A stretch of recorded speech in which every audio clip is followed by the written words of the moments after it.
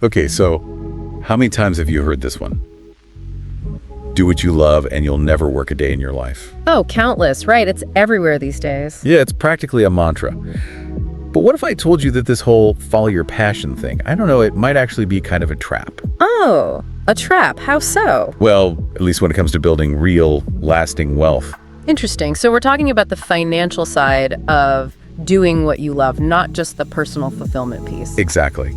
And to dig into that, we're turning to, well, he might be a little controversial, but I think his ideas are always worth a deep dive. Robert Kiyosaki. Specifically his book, Rich Dad, Poor Dad. Ah, Kiyosaki. Love him or strongly disagree with him, he always makes you think. Right. And one of the things he talks about that really struck me, especially in relation to this whole do what you love idea, is, well, he makes a distinction between doing what you love and investing in what you love. And that's where things get really interesting because it kind of flips the script on what we're usually told. Can you unpack that a bit? Because I know a lot of people hearing investing might immediately think stocks, real estate. Right, and Kiyosaki definitely talks about those things. But it's bigger than that. He has a way of categorizing how people earn money, these 4 quadrants. I don't want to get too bogged down in the jargon, but basically he has E for employees, S for small business owners or self-employed folks, B for those who own bigger businesses, and then I for investors. Right, and I think the part that gets missed sometimes is how those different quadrants, how they impact your ability to actually build wealth. Like, it's not just about how much money you make, but how that money works for you. Absolutely. And Kiyosaki's point is that those first 2, the E and S quadrants, where you're directly trading your time for money, that can make it really tough to build lasting wealth, even if you absolutely love the work itself. Like, even if you're passionate about it, if you're always the one who has to be there, putting in the hours. You hit the nail on the head. It's like you're on this hamster wheel. You might be running really fast, maybe even enjoying the scenery as you go, but you're still stuck in that cycle. So why is that? Why are those E and S quadrants so different when it comes to wealth building? Well, there are a few biggies. Taxes, for one. Oh yeah. You hear a lot about how being self-employed can come with a heavier tax burden. Exactly. And it's not just about making more money. Often E's and S's are taxed on their earnings before they even see that money, which can make a huge difference. But even beyond taxes, it's about leverage, or really the lack thereof. Leverage meaning? Meaning in the E and S quadrants, your income is directly tied to your time. You only have so many hours in a day, right? So there's a limit on how much you can earn because you physically can't do more. But when you own a larger business or you're investing, that's when you can start to leverage systems, investments, even other people's time to generate income. And that income, it can grow exponentially in a way that's just not possible when you're directly trading your hours for dollars. So it's not just about working hard. It's about setting up systems that work for you, even when you're not the one directly doing the work. Precisely. Think about it. You have a baker. They're passionate about creating these incredible cakes, and they open their own bakery. That's fantastic. But they're still in that S quadrant. They're limited by how many cakes they can bake in a day, how many customers they can serve. So what could that baker do to, I guess you'd say, shift more towards that investing mindset that Kiyosaki talks about? Let's say this baker also has a knack for teaching. What if they create an online course teaching their signature cake decorating techniques? Or maybe they write a best-selling cookbook. Okay, I see where you're going with this. They're leveraging their passion and their expertise to create something that generates income even while they're sleeping, even while they're busy baking those cakes. That's a fantastic example. It's about creating different income streams that aren't all directly tied to your time. Now you're getting it. But here's the thing that often throws people off when they first encounter Kiyosaki. He sometimes says things like, and I'm quoting here, passion is greedy. Oh yeah, that one definitely makes you stop and think, especially in a world that's constantly shouting, follow your passion. What's he getting at with that?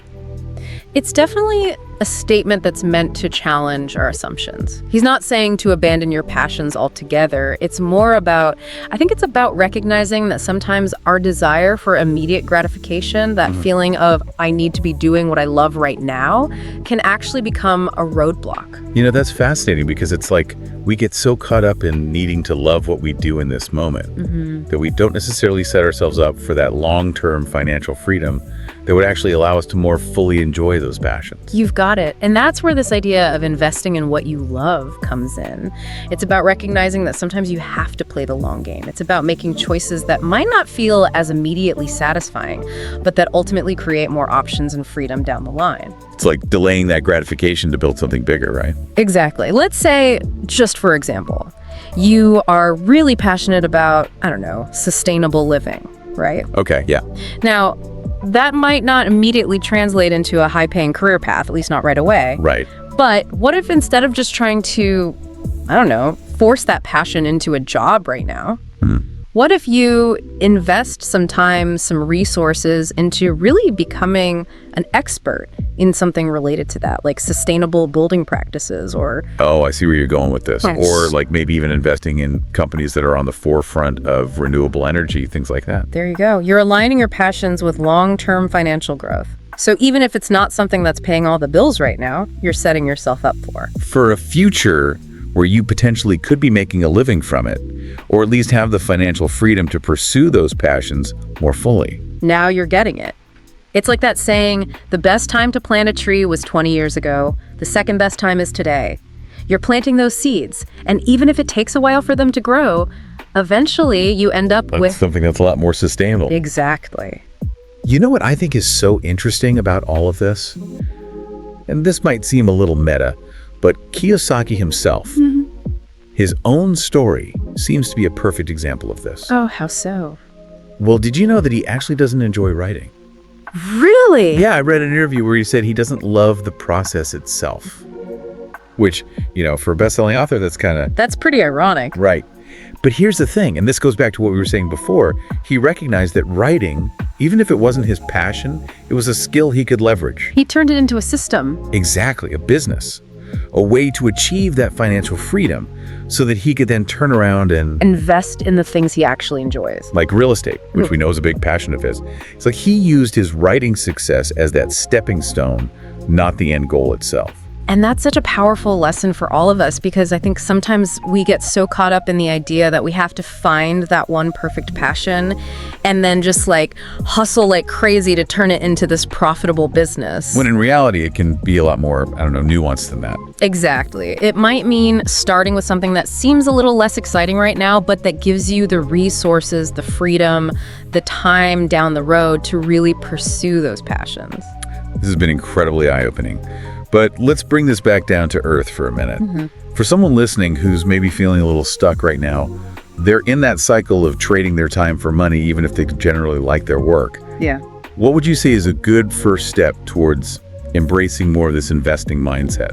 Well, I think the first thing is to remember it doesn't have to be this huge, overwhelming thing. It's not like adding another item to your to-do list or anything like that. It's more about kind of a mental shift. Yeah. So I would say start by asking yourself a few questions. Like, what are you really passionate about, even if it seems totally unrelated to what you're doing for work right now? Yeah. And then what skills do you have or could you develop that could somehow connect to those passions, even if it's not a straight line? Right.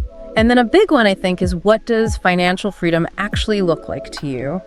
Is it early retirement? Is it being able to fund a passion project? Is it having that safety net so you can take more risks in your career? What does that actually mean to you?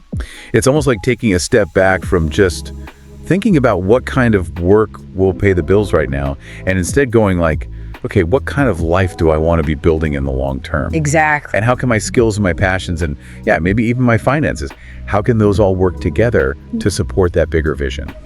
You got it. And, I think there's also sometimes this misconception that investing has to be Wall Street and stock options and all of that. Yeah, for sure.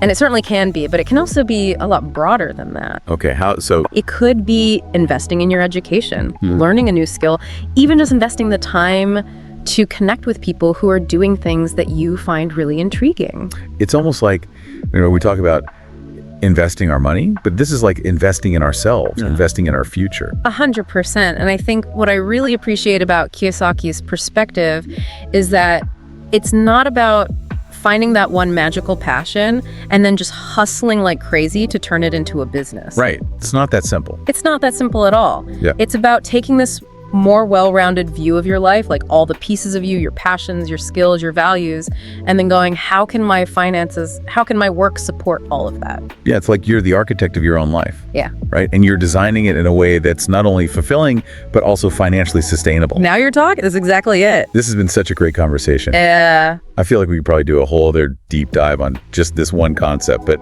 to wrap things up today, I want to leave everyone listening with a little bit of a thought experiment. I love it. Let's hear it. Okay, so inspired by what we've learned from Kiyosaki today, if you could invest in anything, knowing it would likely lead to that financial freedom down the line, what would it be?